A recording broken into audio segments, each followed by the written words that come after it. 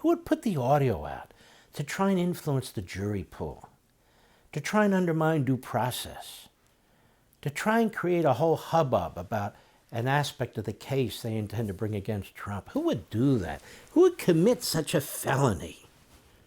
Well, Jack the Ripper Smith's office, that's who. That audio that's everywhere, what does that mean? Where did it come from? How come it's not part of the charge document against Donald Trump? So many questions, so few answers, endless leaks by the government.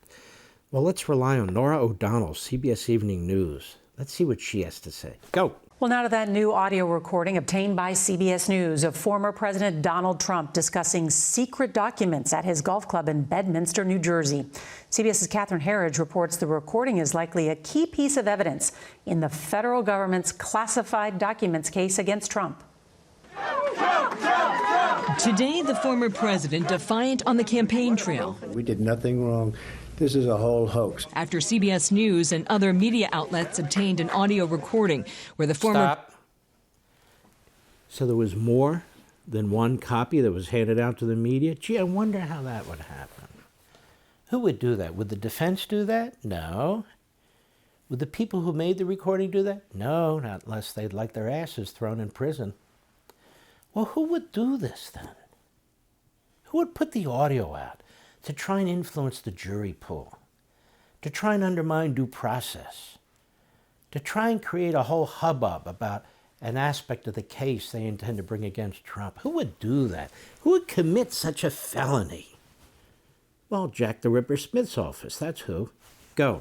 President 2 years ago allegedly shared with a group at his New Jersey golf club a sensitive Defense Department plan of attack on Iran. It is like highly confidential, secret. This is secret information.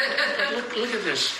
The recent criminal indictment of the former president for the willful retention of national defense information includes a transcript of the conversation allegedly between Trump, a book writer, a publisher, and 2 staffers. The indictment says none had security clearances. Former senior Justice Department... Hold on now. None have been interviewed, as I understand it from the reports.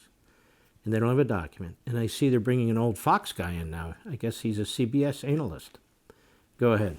Tom Dupree. Is it reasonable to believe the special counsel has interviewed those individuals? I think there's a very, very good chance that he has. They were witnesses to the alleged criminal activity. They can help fill in some of the gaps. What documents did the president show? The audio recording appears to contradict Trump's explanation that there was no classified Iran document. We had a lot of papers stacked up. In fact, you could hear the rustle of the paper, and nobody said I did anything wrong. Trump has consistently said he declassified all the records he took from the White House. But in the recording... See, as president, I could have declassified. No, I can't, but this is classified. I think that the special counsel will be able to use this recording very effectively before a jury because he can argue that... That's enough.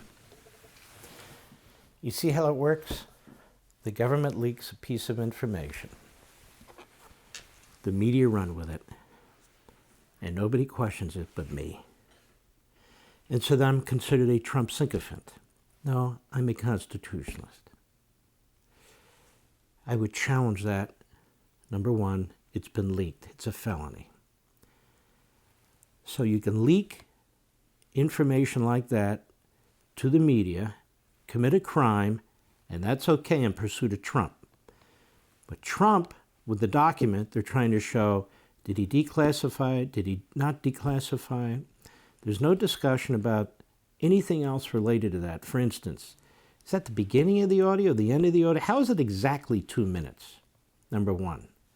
I would want to know. Number two, there's no underlying documents to this. And so that's why they're going to have somewhat of a problem saying, okay, we didn't find any documents. Now somebody might say, well, maybe Trump destroyed it. But Trump had no idea. He wasn't realizing that apparently that he was being recorded. So why would he want to destroy those documents and no other documents? See what I'm saying? He wouldn't know to destroy those documents. But when you're a defense counsel or a constitutionalist, you're very skeptical about the way this has been handled. They leaked it.